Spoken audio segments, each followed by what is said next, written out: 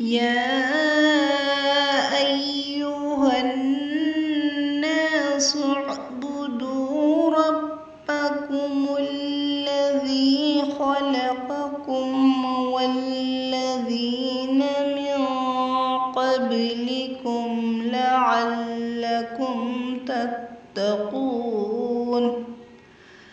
الذي جعل لكم الأرض فراشا والسماء بناء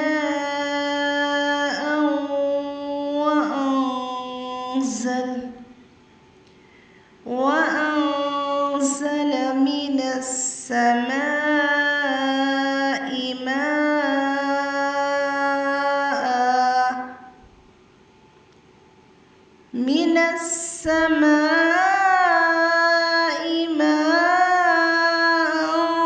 فأخرج به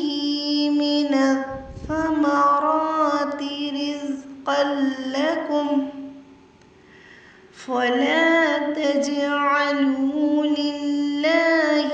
أندادا وأنتم تعلمون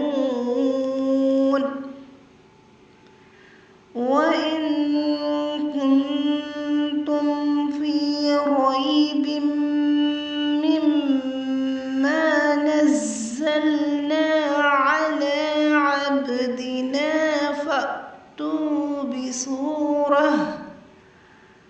فأتوا بسورة من مثله وادعوا شهداءكم من دون الله إن كنتم صادقين